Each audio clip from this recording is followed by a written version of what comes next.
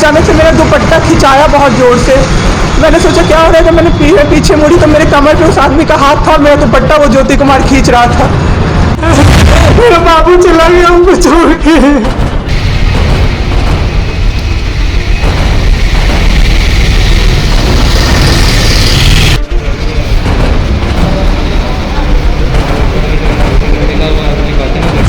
ज्योति कुमार, सब लोग ध्यान से इसको कवर कीजिए। ज्योति कुमार एक कंपाउंडर था वहाँ पे। कौन से हॉस्पिटल का?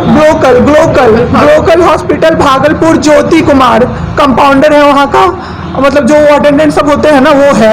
लड़की नहीं है, लड़का है ज्योति कुमार। उसको मैंने रिक्वेस्ट किया कि भैया प्लीज़ आप मेरे हस्बैंड की मदद कर दीजिए, रात में ये लोग रुकने नहीं दे रहे हैं मुझे अपने पास, इनके पास। उसने बोला ठीक है ज़रूर मदद करूँगा, ये कह के, और मैं अपने हस्बैंड से बात करने लगी। इशारे से ही वो बात कर रहे थे, मैं बोल रही थी। अचानक से मेरा दुपट्टा खिंचाया बहुत ज़ोर से। मैंने सोचा क्या हो रहा है, जब मैंने पीछे मुड़ी तो मेरे कमर पे उस आदमी का हाथ था और मेरा दुपट्टा वो ज्योति कुमार खींच रहा था। मेरी माँ पीछे से चिल्लाई, मेरे हस्बैंड ऐसे ऐसे होने लगे, पूरा पसीना उनको चल गया, कुछ बोल नहीं पा रहे थे वो।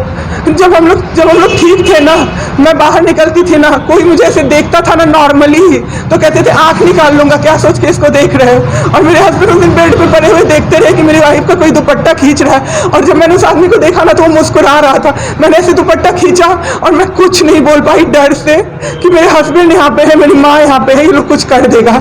इस डर से मैं कुछ नहीं बाहर निकली। मैं बाहर निकल के मैं धम से बैठ गई। वो आदमी मेरे पास फिर आया, मुस्कुरा के बोला मैं ध्यान रखूंगा। मैंने बोला ठीक है भैया आप ध्यान रखना। मैंने कुछ नहीं बोला उसको, कुछ भी नहीं।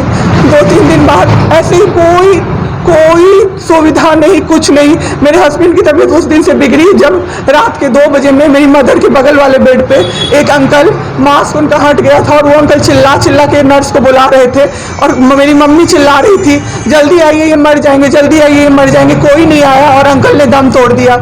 ऐसे 3-4 लोग उस 2-3 दिन के अंदर दम तोड़े हैं बिना केयर के, बिना नर्स के आए। सारी नर्स टेबल कुर्सी लगा के सो जाती थी, कहती थी पागल हो गए हैं हम ही, अब मर जाएंगे इस कोरोना के चक्कर में, अब तो क्यों जॉब कर रहे हो, छोड़ दो, आपकी जगह कोई और आ जाएगा।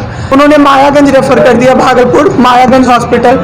हम लोग अभी मायागंज आए, मायागंज की और हालत खराब। आईसीयू में 4 बेड था।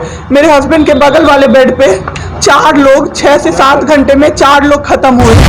इतना मेरे हस्बैंड डर गए। शाम होते होते मेरे हस्बैंड की तबीयत अचानक से खराब होने लगी, पूरा ये सब ड्राई हो गया, एक लेयर व्हाइट कलर का जम गया उनके ऊपर, बहुत ज़्यादा तबीयत खराब हो गई। हम लोगों को समझ में नहीं आ रहा था कि हो क्या रहा था। अचानक से मेरे दिमाग में आया ना, डॉक्टर को कम से कम 5-6 बार मेरी बहन बुलाने गई है क्योंकि कोई डॉक्टर था ही नहीं ड्यूटी। क्या हुई आपके हस्बैंड की डेथ में? परसों सुनिए मेरी बात, पहले पूरी कहानी मेरी सुनिए। मेरी बहन 5 बार 6 बार गई है बुलाने डॉक्टर को मायागंज में। तो डॉक्टर क्या कह रहे हैं, यार रात में भी सोने नहीं दोगे, रात में भी सोने नहीं दोगे। जब हमने देखा जाके सर तो लाइट ऑफ, इमरजेंसी के नाइट डॉक्टर्स का लाइट ऑफ, और सब नीचे बिछा के मूवी देख रहे हैं और सो रहे हैं और दरवाजा तक नहीं खोला सर। मेरे हस्बैंड की ऐसी हालत हुई, जब मेरी दीदी बहुत जाके चिल्लाई तब एक डॉक्टर आए वहाँ से। तो उन्होंने देखा क्या कि मास्क, उन्होंने ऐसे मास्क लगा होता है ना, उसमें एक ऑक्सीजन सप्लाई का पाइप होता है ना, वो पाइप ही नहीं लगाया था सर, बस मास्क लगा के छोड़ दिया था। ऑक्सीजन सप्लाई आ ही नहीं रहा था। 7 घंटे बिना ऑक्सीजन के रहे सर, लड़ते रहे। फिर उस दिन इतना वो डर गए, वो बोले नहीं अब हमको कहीं बाहर लेके चलो। दिल्ली में सर हमने बेड का किया, बहुत पता नहीं था दिल्ली में कहीं भी जगह नहीं था। हम पटना आए, राजेश्वर हॉस्पिटल में सर पटना आए। यहाँ पे इन्होंने कहा आईसीयू में अटेंडेंट नहीं अलाउड है, नहीं जाओगे आप। मेरे हस्बैंड रोने लगे कि मेरी वाइफ को बस भेज दो, वो रहेगी तो मैं ठीक हो जाऊंगा। इन लोगों ने नहीं अलाउ किया सर। मैंने देखा एम्बुलेंस से हम लोग भागलपुर से पटना आए थे राजेश्वर, रास्ते में उनको 3 बार पॉटी हुई थी सर।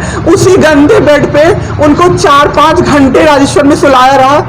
तो एक डॉक्टर मुझे कहता है अरे छोड़िए ना, वो छोड़ा तो ऐसे ही बौखला रहा है जब से आया है। मैं उस समय कुछ नहीं कर पाई सर। उसके बाद उनका ऑक्सीजन लेवल जब 37 हो गया, तब मेरे साथ मेरी दीदी थी, मेरे जीजा जी थे और मेरे जेठ थे। तब मैंने अपने जीजा जी से बोला कि अब मेरे से नहीं रहा होगा, मुझे किसी तरह से अंदर भिजवाइए। तब उन्होंने ज़बरदस्ती मुझे अंदर भेजा और 37 से 74 मैंने कर दिया 10 मिनट में मेरे बाबू का ऑक्सीजन लेवल मैंने बढ़ा दिया। उसके बाद इन लोगों ने मुझे बोला, मैंने बोला सर अटेंडेंट अलाउड है, सारे के अटेंडेंट बैठे हुए थे, तो एक डॉक्टर ने मुझे बोला अटेंडेंट अलाउड नहीं देंगे तो कैसे काम चलेगा, सब तो कोरोना से बीमार पड़ रहे हैं, हम लोग कितना देखें, हम लोग क्या मर जाए खांसते खांसते सबको देख के, बैठिए चुपचाप और देखिए। मैंने बाबू को बहुत ठीक कर दिया, इतना स्ट्रॉ लगा के सर, मास्क के अंदर से स्ट्रॉ लगा के बाबू को मैंने जूस दाल रोटी सब कुछ पिलाया सर। इतने ठीक हो गए ना कि जो डॉक्टर फर्स्ट डे बोला था ये बचेगा नहीं, वो डॉक्टर सर 3-4 दिन बाद कहता है टचवुड क्या कर दिया आपने इनके साथ, ये तो एकदम ठीक हो गए, गजब का फाइट दिया आप दोनों ने मिलके। मुझे क्या पता था कि मैं फाइट दे रही हूँ और ये लोग मेरे बाबू को खत्म कर देंगे। इतना ऑक्सीजन का किल्लत सर, मेरा बाबू डर गया बहुत ज्यादा, ऑक्सीजन सिलेंडर देखता था और कहता था हाँ वो खत्म हो जाएगा, वो खत्म हो जाएगा। मैं कहती थी नहीं खत्म होगा बाबू। 1.5 घंटे के लिए सर ऑक्सीजन सप्लाई बंद रहता था। बाद में हमें पता चला ये लोग ब्लैक मार्केटिंग कर रहे हैं अंदर में ऑक्सीजन सिलेंडर का। जो अस्पताल वाले हैं ना वो ऑक्सीजन सप्लाई बंद कर देते थे ताकि बेचैन होके लोग खरीदे उन्हीं से। हम भी खरीदे सर, मैंने भी खरीदा, क्या करते हमें भी तो चाहिए था। परसों सर सुबह में हमारे पास एक ही सिलेंडर था, पाइपलाइन बंद हो गया, मेरे हस्बैंड को पाइप लगा हुआ था, उनको 2 सिलेंडर से जाना था, एक ही सिलेंडर था, सिलेंडर मांगते मांगते कहीं नहीं मिला सर, मेरे हस्बैंड खत्म हो गए।